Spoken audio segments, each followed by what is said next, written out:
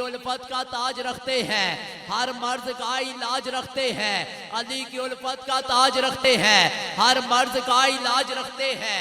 अली की उल्फत का ताज रखते हैं, हर मर्द का इलाज रखते हैं। अली की उल्फत का ताज रखते हैं, हर मर्द का इलाज रखते हैं। अली की उल्फत का ताज रखते हैं। ना मैं मिसरा भूल गया, ना मैं थक गया।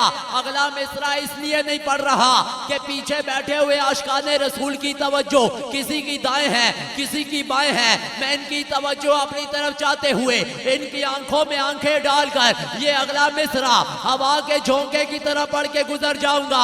आप फैसला भी ना कर पाएंगे कि मुझे कहां दाद देना थी और कहां दुआ।